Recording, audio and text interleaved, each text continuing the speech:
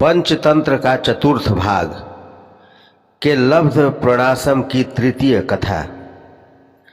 गीदड़ तो गीदड़ ही रहता है। गीदड़ का बच्चा शेरनी का दूध पीकर भी गीदड़ ही रहता है। एक जंगल में शेर शेरनी का एक जोड़ा रहता था। शेरनी के दो बच्चे हुए। शेर प्रतिदिन हिरणों को मारकर शेरनी के लिए भोजन लाता था। दोनों मिलकर पेट भरते थे। एक दिन जंगल में बहुत घूमने के बाद भी शाम होने तक शेर के हाथ कोई शिकार न आया। खाली हाथ घर वापिस आ रहा था तो उसे रास्ते में गीदड़ का एक बच्चा मिला। बच्चे को देखकर उसके मन में दया आ गई। उसे जीवित ही अपने मुख में सुरक्षा पूर्वक लेकर वह घर आ गया और शेरनी के सामने उसे रखते हुए बोला, प्रिय, आज भोजन तो कुछ मिला ही नहीं। रास्ते में यह गीदड़ का बच्चा मिला, उसे जीवित ही ले आया हूँ। गीदड़ का यह बच्चा खा ले, तुझे भूख लगी है तो इसे खाकर पेट भर ले। कल दूसरा शिकार लाऊंगा। शेरनी बोली, स्वामी, जिसे तुमने बालक जानकर नहीं मारा उसे मारकर मैं कैसे पेट भर सकती हूँ। मैं भी इसे भी अपना बालक मानकर ही पाल लूंगी। समझ लूंगी कि यह मेरा तीसरा बच्चा है। गीदड़ का बच्चा भी शेरनी का दूध पीकर खूब हिष्ट पुष्ट हो गया और शेर के अन्य दो बच्चों के साथ खेलने लगा। शेर शेरनी तीनों को प्रेम से एक समान रखते थे। कुछ दिन बाद उस वन में एक मतवाला हाथी आ गया। उसे देखकर शेर के दोनों बच्चे हाथी पर गुर्राते हुए उसकी ओर लपके।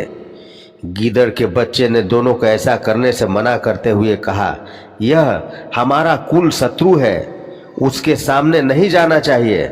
शत्रु से दूर रहना ही ठीक है। यह कहकर वह घर की ओर भागा। शेर के बच्चे भी निरुत्साहित होकर पीछे पीछे लौट आए। घर पहुंचकर शेर के दोनों बच्चों ने माँ बाप से गीदड़ के बच्चे को भागने की शिकायत करते हुए उसकी कायरता का उपहास किया। गीदड़ का बच्चा इस उपहास से बहुत क्रोधित हो गया। लाल लाल आंखें करके और होठों को फड़फड़ाते हुए वह उन दोनों को जली कटी सुनाने लगा। तब शेरनी ने उसे एकांत में बुलाकर कहा कि इतना प्रलाप करना ठीक नहीं।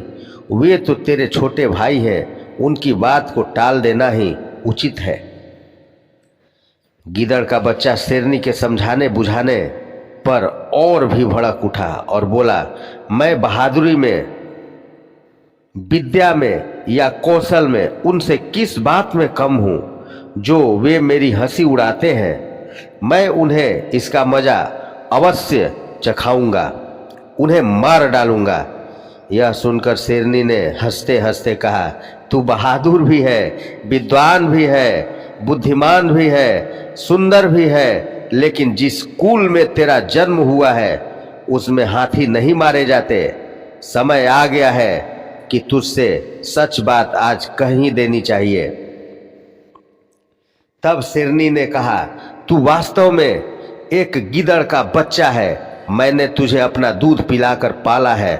अब इससे पहले कि तेरे भाई इस सच्चाई को जाने, तू यहाँ से भागकर अपने स्वजातियों से जा मिल, अन्यथा वह तुझे जिंदा नहीं छोड़ेंगे। यह सुनकर वह डर से कांपता हुआ अपने गीदड़ दल में आ मिला। इसी तरह राजा ने कुंभकार से कहा कि तू भी इससे पहले कि अन्य राजपुत्र तेरे कुम्हार होने का भेद जाने और तुझे मार डाले, तू यहाँ से भागकर कुम्हारों में मिल जा। कहानी सुनाने के बाद बंदर ने मगरमच्छ से कहा, धूर्त, तूने स्त्री के कहने पर मेरे साथ विश्वासघात किया। स्त्रियों का विश्वास नहीं करना चाहिए। उनके लिए जिसने सब कुछ परित्याग दिया उसे भी वह छोड़ गई थी। मगर ने पूछा, कैसे? बंदर ने इसकी पुष्टि में लंगड़ाते और लंगड़े और ब्राह्मणी की यह प्रेम कथा सुनाई।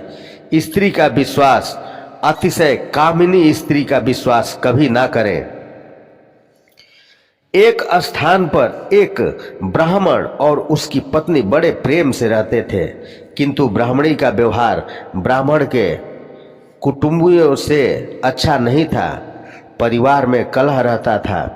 प्रतिदिन के कलह से मुक्ति पाने के लिए ब्राह्मण ने माँ बाप भाई बहन सबका साथ छोड़कर पत्नी को लेकर दूर देश में जाकर अकेले घर बसाकर रहने की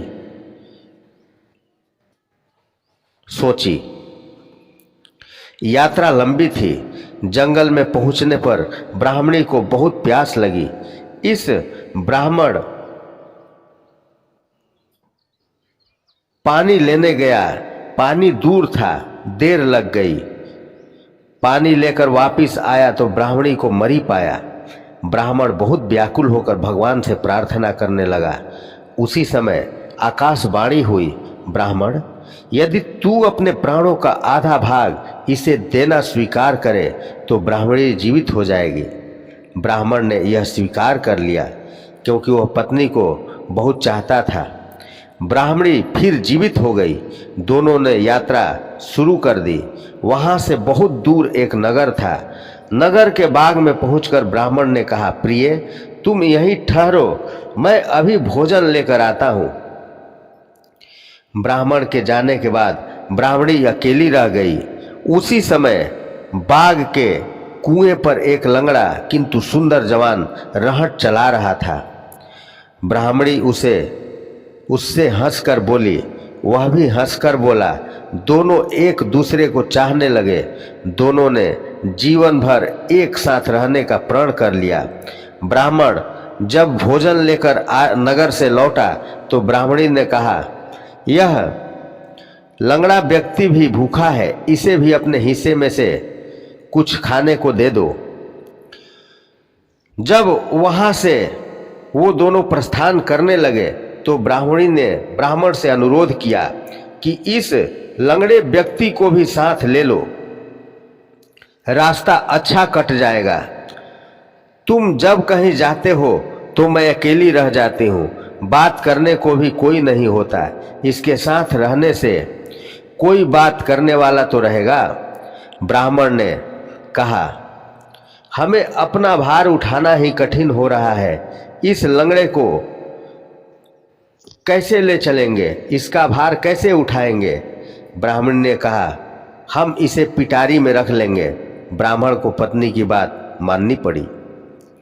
कुछ दूर जाकर ब्राह्मणी और लंगड़े ने मिलकर ब्राह्मण को धोखे से कुएं में धकेल दिया। उसे मरा समझकर वे दोनों आगे बढ़े। नगर की सीमा पर राज्य कर वसूल करने की चौकी थी। राजपुरुषों ने ब्राह्मणी की पिटारी को जबरदस्ती उसके हाथ से छीनकर खोला तो उसमें वह लंगड़ा छिपा था। यह बात राज दरबार तक पहुंची। राजा के पूछने पर ब्राह्मणी ने कहा, यह मेरा पति है। अपने बंधु बांधवों से परेशान होकर हमने देश छोड़ दिया है। राजा ने उसे अपने देश में बसने की आज्ञा दे दी। कुछ दिन बाद किसी साधु के हाथों कुएं से निकाले जाने के उपरांत ब्राह्मण भी उसी राज्य में पहुंच गया। ब्राह्मणी ने जब उसे वहां देखा तो राजा से कहा कि यह मेरे पति का पुराना बैरी है, इसे यहां से निकाल दिया जाए या मरवा दिया जाए। राजा ने उसके वध की आज्ञा दे दी। ब्राह्मण ने आज्ञा सुनकर कहा, महाराज, इस स्त्री ने मेरा कुछ लिया हुआ है, वह मुझे दिलवा दीजिए। राजा ने ब्राह्मणी को कहा, देवी, तूने इसका जो कुछ लिया है सब दे दे। ब्राह्मणी बोली, मैंने इसका कुछ भी नहीं लिया।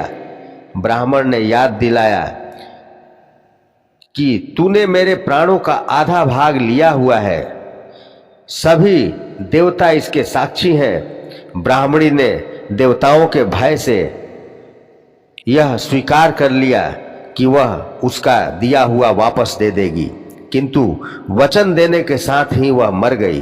ब्राह्मण ने सारा वृतांत राजा को सुना दिया। बंदर ने फिर मगर से कहा, तू भी स्त्री का उसी तरह दास बन गया है जिस तरह वर रुचि था। मगर के पूछने पर बंदर ने वर रुचि की यह कहानी सुनाई।